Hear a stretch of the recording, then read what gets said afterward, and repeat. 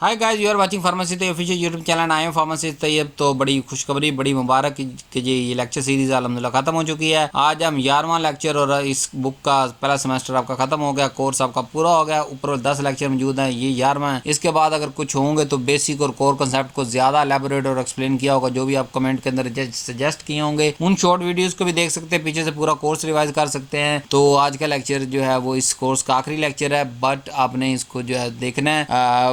बगैर किसी देरी से हम स्टार्ट करते हैं। थोड़ी सी रिक्वेस्ट के अगर आपको ज्यादा डिटेल चाहिए तो आप बुक परचेज कर सकते हैं। वेबसाइट गिवन है, व्हाट्सएप नंबर है। इसके अंदर different comparison tables, viva question, short question, long questions और डिस्क्रिप्शंस और कलर्ड डायग्राम्स वगैरह जो है वो बनाई गई हैं आपके लिए। स्पेशल डॉक्टर ऑफ फार्मेसी के लिए बुक लिखी गई है। और ये कोर्स आपके सामने 11 लेक्चर्स हैं, प्लस बुक ले लें और उसके बाद आपको किसी दूसरे बंदे की जरूरत नहीं है समझने के लिए। सो आए लेक्चर को बगैर देरी से शुरू करते हैं। जो टॉप ब्रेन है फार्मासिस्ट के, उन्होंने हमें सिलेबस दिया जी बायोकेमिस्ट्री ऑफ हार्मोन। बिल्कुल छोटा सा इंट्रोडक्टरी जो है वो ये हमारे पास टॉपिक है कि हार्मोन देखना है, सिर्फ केमिकल क्लासिफिकेशन देखनी है और फार्मास्यूटिकल इंपॉर्टेंस पढ़ के हमने ये चैप्टर खत्म कर देना है जी। आज के लेक्चर पढ़ने के बाद आप किस काबिल हो जाएंगे? हार्मोन को डिफाइन करेंगे और एक्सप्लेन करेंगे उनकी जनरल प्रॉपर्टीज क्या होती है, क्लासीफाई करेंगे हार्मोन को केमिकल नेचर की बुनियाद पे, बस। और बहुत सी क्लासिफिकेशन है लेकिन हम सिर्फ केमिकल पे फोकस करेंगे। मैकेनिज्म ऑफ हार्मोन एक्शन को देखेंगे और फिजियोलॉजी का रोल यानी बॉडी फंक्शन के अंदर क्या काम है हार्मोन का, उसको देखेंगे। फार्मास्यूटिकल इंपॉर्टेंट और थेरेप्यूटिकल यूज देखेंगे और हार्मोन इम्बैलेंस के रिलेटेड जो डिजीज या थेरेपी हम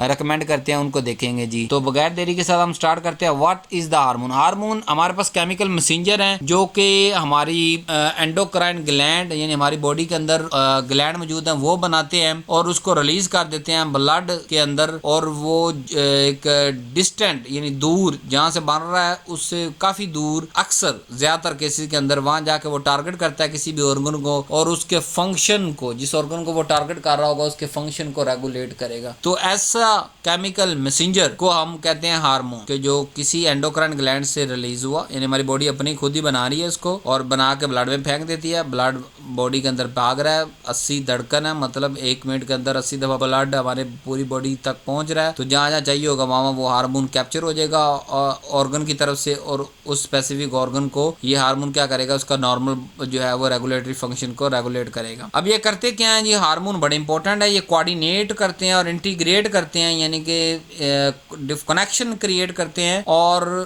राब्ता बनाने की कोशिश करते हैं डिफरेंट मेटाबॉलिज्म, ग्रोथ, रिप्रोडक्शन और हीमोस्टेसिस के अंदर। मेटाबॉलिज्म के अंदर भी काम आएंगे। ग्रोथ, सेल ने जब ग्रोथ करना है, डिवीजन करनी है, सेल साइकिल ने चलना है, उसके अंदर रिप्रोडक्शन, जब बच्चा पैदा होना है उसके अंदर, और हीमोस्टेसिस हमारे बॉडी के नॉर्मल बॉडी फंक्शन को नॉर्मल रखने के लिए जो सारा फंक्शन चाह रहे होते हैं उनके अंदर भी ये काम आएंगे। और अगर बायोकेमिस्ट्री की नजर से हार्मोन को डिफाइन करें तो क्या कहते हैं, हार्मोन और बायोलॉजिकल एक्टिव सब्सटेंस हैं। ये बायोलॉजिकल एक्टिव सब्सटेंस हैं, ये केमिकल मैसेंजर हैं जो कि बड़ी कम मिकदार के अंदर प्रोड्यूस हो रहे हैं, हमारे एंडोक्राइन ग्लैंड इसको प्रोड्यूस कर रहे हैं। और ये क्या करते हैं, ये स्पेसिफिक रेगुलेटरी इफेक्ट प्रोड्यूस करते हैं जिस सेल पे जाके ये टारगेट कर रहे हैं by binding to the receptor. उस सेल के रिसेप्टर पे बाइंड होके जो है वो स्पेसिफिक रेगुलेटरी फंक्शन को परफॉर्म करते हैं और हमारी बॉडी के अंदर बनते हैं और कम मिकदार, बड़ी थोड़ी मिकदार में बनते हैं। ऐसे बायोलॉजिकल एक्टिव सब्सटेंस को हम हार्मोन कहते हैं। जनरल फीचर की अगर बात करें तो इसके अंदर हमारे पास क्या होता है कि बड़ी कम मिकदार में बनते हैं, हाईली स्पेसिफिक होते हैं, जिस ऑर्गन पे काम, जिस सेल पे काम करना, जिस रिसेप्टर पे बाइंड करना, उसके अलावा ना किसी ऑर्गन, ना किसी सेल, ना किसी रिसेप्टर पे ये बाइंड करेंगे। रिसेप्टर के थ्रू एक्ट करते हैं, ब्लड के थ्रू ट्रांसपोर्ट होते हैं और मेटाबॉलिकल प्रोसेस को रेगुलेट कर रहे होते हैं। इनका एक्सेस या कमी, ज्यादती या कमी, दोनों हार्मोनल डिसऑर्डर की तरफ हमें ले जाते हैं, बीमारियां करवाते हैं। एंडोक्राइन ग्लैंड की बात करें, हमारे बॉडी के अंदर जो मेजर एंडोक्राइन ग्लैंड है, नंबर 1 पिट्यूटरी है, थायराइड है, पैराथायराइड है, एड्रिनल है, पेनक्रियाज है, गोनेड्स हैं। और ईच ग्लैंड जो है वो स्पेसिफिक हार्मोन बना रहा है। एक ग्लैंड दूसरे का हार्मोन नहीं बना सकता और पहला जो है वो दूसरे का नहीं बना सकता, दूसरा पहले का नहीं बना सकता। और जो है वो फंक्शन भी डिफरेंट है, लेकिन बाज़ जगह ऐसा होता है कि दो अलग हार्मोन, दो अलग जो है वो ग्लैंड से बन रहे हैं, लेकिन वो एक ही मेटाबॉलिकल प्रोसेस को के मुख्तलिफ स्टेप्स पे जो है वो जाके अमल कर रहे हैं और ओवरऑल उसको जो है वो रेगुलेट कर रहे हैं जी। केमिकल क्लासिफिकेशन हमने हार्मोन की देखनी है, उन्होंने हम पे पाबंदी लगा दी है सिलेबस की, तो हम केमिकल पे ही रहते हैं जी। केमिकल की बुनियाद पे, यानी केमिकल नेचर की बुनियाद पे, यानी कि किस तरह की केमिस्ट्री इनकी होती है, उस बुनियाद पे ये पेप्टाइड एंड प्रोटीन हार्मोन होते हैं, स्टेरॉयड हार्मोन होते हैं और अमाइनो एसिड ड्राइव हार्मोन होते हैं या अमाइन हार्मोन भी कहते हैं, यानी पहला पेप्टाइड और प्रोटीन से बना हुआ, फिर स्टीराइड स्ट्रक्चर से, फिर अमाइनो एसिड से। इनको आगे हम डिटेल से देख लेते हैं। पेप्टाइड और प्रोटीन हार्मोन की अगर बात करें तो इनकी क्लासिफिकेशन क्या होगी कि ये वाटर सोलबल होंगे, ये जो है वो सेल मेम्ब्रेन को क्रॉस नहीं करेंगे, ये उसी मेम्ब्रेन के रिसेप्टर पे जाके बाइंड करेंगे। इनकी हाफ लाइफ बड़ी शॉर्ट होगी। जैसे मिसाल, हम सबसे मशहूर मिसाल इंसुलिन है, ग्लूकागोन है, ग्रोथ हार्मोन है, ACTH है, ये सारे के सारे पेप्टाइड और प्रोटीन हार्मोन की मिसालें हैं। ये सारे ही हम अलग अलग डिस्कस कर चुके हैं अभी तक, यहाँ तक पहुंचते हुए डिफरेंट जगह पे डिफरेंट हार्मोन जैसे इंसुलिन और ग्लूकागोन हम जो है वो मेटाबॉलिज्म ऑफ कार्बोहाइड्रेट के अंदर या उसके डिसऑर्डर्स के अंदर, डायबिटीज जब पड़ी तब हमने डिस्कस किए। ग्रोथ हार्मोन सेल साइकिल के अंदर डिस्कस किए। तो मैकेनिज्म एक्शन की बात करें इनकी पेप्टाइड्स की, ये क्या करते हैं कि सेल सरफेस पे, यानी मेम्ब्रेन तो क्रॉस करनी नहीं, मेम्ब्रेन के ऊपर जो रिसेप्टर्स हैं उन पे जाके बाइंड कर जाएंगे और एक्टिवेट कर देंगे मेम्ब्रेन के अंदर जो सेकेंडरी रिसेप्टर है, यानी CAMP या कैल्शियम। दो ही मेन सेकेंडरी रिसेप्टर हमारे बॉडी के अंदर है, CAMP या कैल्शियम। उनको एक्टिवेट करेंगे और एक क्विक और रैपिड रिस्पॉन्स जो है प्रोड्यूस करेंगे और बहुत सारे मेटाबॉलिकल जो है रेगुलेशन करवाएंगे। स्पेसिफिक हम फिर स्पेसिफिक आगे जाके पढ़ेंगे। स्टीरॉयड की बात करें तो ये लिपिड सोलबल है, कोलेस्ट्रॉल से ड्राइव होते हैं। ये मेम्ब्रेन क्रॉस कर जाते हैं क्योंकि ये लिपिड सोलबल है तो मेम्ब्रेन क्रॉस कर जाएंगे और अंदर इंट्रासेलुलर के सेल के अंदर जो मौजूद रिसेप्टर्स होते हैं ये वहां पे जाके बाउंड करेंगे। इनकी मिसाल है कोर्टिसोल, एल्डोस्टेरोन और एस्ट्रोजन, टेस्टोस्टेरोन। ये सारी मिसालें आपने याद रखनी है। मैकेनिज्म एक्शन की बात करें तो ये हार्मोन रिसेप्टर कम्प्लेक्स जो है वो हार्मोन रिसेप्टर के साथ कम्प्लेक्स बनाता है और न्यूक्लियस के अंदर इंटर हो जाते हैं और जो जीन की ट्रांसक्रिप्शन है उसको चेंज करते हैं, यानी रेगुलेट करते हैं और स्लो और लॉन्ग लास्टिंग इफेक्ट को प्रोड्यूस करते हैं। और ये फार्माकोथेरेपी के अंदर इस्तेमाल होते हैं बट बड़े महंगे होते हैं और जो है फार्माकोथेरेपी के अंदर बहुत ज्यादा जो है ये इस्तेमाल हो रहे होते हैं। लास्ट जो किस्म थी अमाइन हार्मोन की या अमाइनो एसिड ड्राइव हार्मोन की, तो ये ड्राइव होते हैं टायरोसिन या ट्रिप्टोफेन से।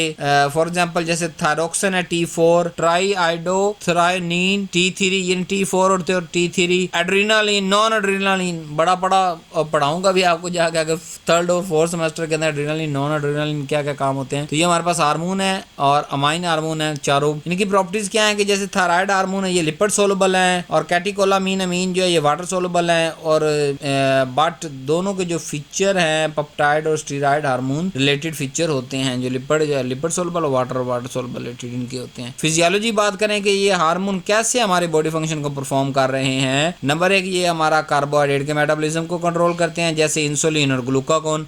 नंबर 2 ये लिपिड मेटाबॉलिज्म को कंट्रोल करते हैं जैसे थायरोक्सिन और कोर्टिसोल। प्रोटीन मेटाबॉलिज्म को रेगुलेट करते हैं यानी ग्रोथ हार्मोन और एनर्जी बैलेंस के लिए बड़े जरूरी होते हैं। अगर ग्रोथ एंड डेवलपमेंट को जरा डिटेल से बात करें तो ग्रोथ हार्मोन ग्रोथ बॉडी की ग्रोथ करवाते हैं, थायराइड हार्मोन ब्रेन की डेवलपमेंट करवाते हैं, सेक्स हार्मोन जवानी जो है वो पैदा करते हैं और उसकी सिम्टम्स को शो करवाते हैं। और अगर डेफिशिएंसी हो जाएगी तो ग्रोथ डिसऑर्डर्स डिफरेंट तरह के जो है वो डिसऑर्डर आने शुरू हो जाएंगे। हीमोस्टेसिस के अंदर अगर बात करें तो ये क्योंकि ब्लड के glucose, electrolyte balance, blood pressure, body temperature in सब को मेंटेन कर रहे होते हैं। डिफरेंट जगह से प्रोड्यूस हो गए, डिफरेंट जगह पे किसी के सेल के ऊपर मेम्ब्रेन के किसी के अंदर जाके जो है बाइंड करके जो है वो अंदर से प्रोड्यूस होके ब्लड के जरिए ट्रांसपोर्ट होके अंदर ही जो है वो इस्तेमाल होके ओवरऑल हमारे बहुत सारे मैकेनिज्म्स को नॉर्मल फिजियोलॉजिकल फंक्शंस को रेगुलेट कर रहे होते हैं। इसलिए होमोस्टेसिस यानी कि हमारा ओवरऑल नॉर्मल बॉडी फंक्शन को जो है ये नॉर्मलाइज या रेगुलेट करने के लिए काम आते हैं। इसलिए इसके अंदर बड़ा रोल है और इंटरनल स्टेबिलिटी को मेंटेन रख। फार्मास्यूटिकल इंपॉर्टेंट की बात करें तो hormone as a therapeutic agent है जी। जैसे हार्मोन थेराप्यूटिक मतलब दवाई के तौर पे काम करते हैं। जैसे डायबिटीज के अंदर आप इंसुलिन लगा रहे हैं बाहर से, इंसुलिन तो हार्मोन है अंदर से पैदा होता है, अब नहीं हो रहा या काम नहीं कर रहा, ज्यादातर कंडीशन के अंदर नहीं होता पैदा, तो हम क्या करते हैं बाहर से इंसुलिन लगा देते हैं शुगर के लिए। इस तरह हाइपोथायराइडिज्म के अंदर थायरोक्सिन बाहर से दे देते हैं, एड्रेनल इनसफिशिएंसी के अंदर कोर्टिकोस्टेरॉइड दे देते हैं, इनफर्टिलिटी हो तो गोनाडोट्रोफिन देते हैं, वाइडली यूज होता है क्लिनिकल प्रैक्टिस के अंदर। इनफर्टिलिटी यानी कि जवानी के सिम्टम्स आपके अंदर नहीं आ रहे और जो है वो आप फर्टाइल की तरफ नहीं जा रहे तो गोनाडोट्रोफिन हार्मोन्स हम यूज करते हैं जो कि फर्टिलिटी को बढ़ाते हैं और आप जो है वो फर्टाइल हो जाते हैं। सिंथेटिक और रिकम्बिनेंट हार्मोन की अगर बात करें तो मॉडर्न फार्मेसी तो इसको भी यूज कर रही है, जैसे recombinant insulin, synthetic steroids, long lasting hormone, analog analogs बना लिए, यानी हार्मोन तो है लेकिन हार्मोन के एनालॉग्स है उसी तरह के, बट लॉन्ग लास्टिंग है। ये तो रैपिड एक्टिंग है ना, और मोस्टली शॉर्ट एक्टिंग है जो ओरिजिनल हार्मोन्स है, कुछ लॉन्ग एक्टिंग है भी हैं, बट जो हमने एनालॉग बनाया है सिंथेटिकली वो तो लॉन्ग लास्टिंग है, और इस तरह इनकी सेफ्टी और एफिकेसी बढ़ गई है। इस तरह अगर इमरजेंसी मेडिसिन की अगर बात करें तो एड्रेनालिन कार्डिक अरेस्ट के अंदर हमारे पास बड़ा अच्छा काम आता है, एनाफाइलैक्सिस के अंदर जो है वो काम आता है। ग्लूकागोन की बात करें तो ये सीवियर हाइपोग्लाइसीमिया, बहुत ज्यादा जब जो है वो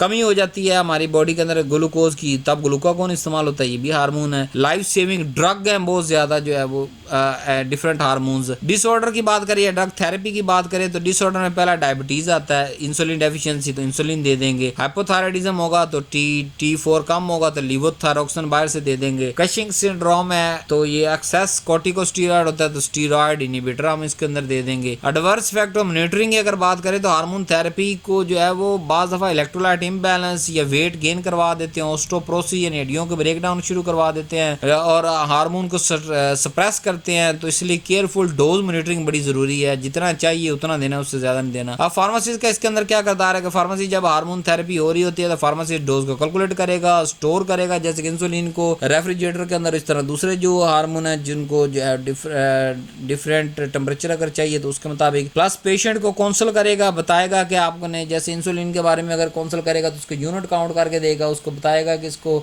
जो जिस नीडल से इस्तेमाल करना है उसको कितनी दफ़ा इस्तेमाल करना है, उसको फ्रिज के अंदर नीडल को रखना है, बाहर रखना है, इंसुलिन को कहाँ पे रखना है, कितने टेम्परेचर पे रखना है, तो ये सारी काउंसलिंग करेगा और बताएगा कि कितनी दफ़ा इस्तेमाल करना है, कितनी दफ़ा नहीं इस्तेमाल करना, डिजीज़ कैसे मॉनिटर होगी। फिर इसके अलावा साथ साथ जो है वो एडवर्स इफेक्ट भी मॉनिटर हो रहे होते हैं कि कहीं एडवर्स इफेक्ट तो नहीं आ रहे, जैसे इंसुलिन लगा रहे हैं तो हाइपोग्लाइसीमिया हो जाए, यानी कि वो बंदा जो है 24 घंटे उसकी शुगर जो है लो ही रहनी शुरू हो जाए, तो फिर हम क्या करेंगे, डोज थोड़ी कम कर देंगे। तो डोज एडजस्टमेंट चलती रहती है, 3 से 4 दफ़ा जब पेशेंट आपके पास आएगा, चौथी से 5वीं दफ़ा ऑटोमेटिकली जो है वो आप इस रेशियो पे पहुंच जाएंगे कि जो है वो उसको ना तो कमी हो मेडिसिन की, ना बहुत ज्यादा ज्यादती हो जाए। मिस यूज को आपने अवॉइड करना है, कैसे करेंगे जब ये सारी इन्फॉर्मेशन आपके पास होंगी, और हार्मोन को खुदारा सेफ यूज करवाना। तो उम्मीद है आपको ये लेक्चर बड़ा ज्यादा पसंद आया होगा और पूरी जो कोर्स सीरीज आपको बहुत ज्यादा पसंद आई होगी। यहाँ पे हमारा ये जो है कोर्स बायोकेमिस्ट्री का अल्हम्दुलिल्लाह कंप्लीट हो गया, 11 लेक्चर्स हमारे पास ये कंप्लीट हो गए। उम्मीद है आपने ऊपर वाले लेक्चर देख लिए होंगे, नहीं देखे तो जाके देख सकते हैं। इससे नीचे अगर कोई वीडियो आ रही है या इस कोर्स के अंदर शो हो रही है तो वो सब्जेक्ट यही है, लेकिन उसको जरा आपकी फरमाइश पर जो डिफरेंट व्हाट्सएप पे SMS आते हैं या कमेंट्स आप करते हैं, उसकी बुनियाद पे मैं शॉर्ट वीडियोस नीचे इसी कोर्स के अंदर अटैच कर दूंगा, ताकि अगर आपने उसको एलिबोरेट करना हो, कंसेप्ट को दोबारा समझना हो, या डायग्राम जो है अच्छी सी बना के, जो मतलब जाहिर बात है जब एक टॉपिक पे बात कर रहे होंगे तो उसको और अच्छा हम एलिबोरेट करेंगे। यहाँ पे तो हमने पूरे चैप्टर्स की 11 तक की बात की है, तो इसलिए थोड़ा गो थ्रो यानी कि हम चले हैं। प्लस अगर ज्यादा अंडरस्टैंड लेने चाहते तो हमारी बुक अवेलेबल है pharmacyofficial.com पे जाएं, वहाँ पे बुक परचेज करें और इस लेक्चर को और इन पूरी सीरीज को सुने। और तीसरी किसी चीज़ की आपको जरूरत नहीं है, वेबसाइट पे अगर आप नहीं जा पा रहे या आपके पास ओपन नहीं हो रही तो आप इस व्हाट्सएप नंबर पर रब्ता कर लेता, अभी आपको लिंक सेंड कर दिया जाएगा और बुक परचेज करें और अपने जो है वो मार्क्स में अच्छा लें। सबसे पहले आपने सब्सक्राइब करना नहीं भूलना। अगर आप जो है 11 की 11 वीडियोस देख के यहाँ तक आ चुके हैं और आपने एक वीडियो भी लाइक नहीं की तो खुदारा वीडियोस को लाइक किया करें, ये मेरे लिए फ्यूल है नई वीडियो, नई सीरीज, नई बुक्स पे काम करने के लिए। तो वीडियो को लाइक भी करें, चैनल को सब्सक्राइब भी किया करें और कहीं सोशल मीडिया इधर उधर शेयर करने की जरूरत नहीं है, कि सिर्फ आप अपने जो व्हाट्सएप का ग्रुप है आपके फ्रेंड का, उनके साथ क्लास फेलोज के साथ शेयर कर दें, ताकि अगर आप इससे कुछ सीख सके तो वो भी वो सीख सके। तो पूरी सीरीज, पूरी कोर्स आपके लिए हाजिर खिदमत है। उम्मीद है आपको बहुत ज्यादा पसंद आएगी। अल्लाह हाफिज़ व नासर। किसी नेक्स्ट कोर्स के अंदर आपसे मुलाकात होगी।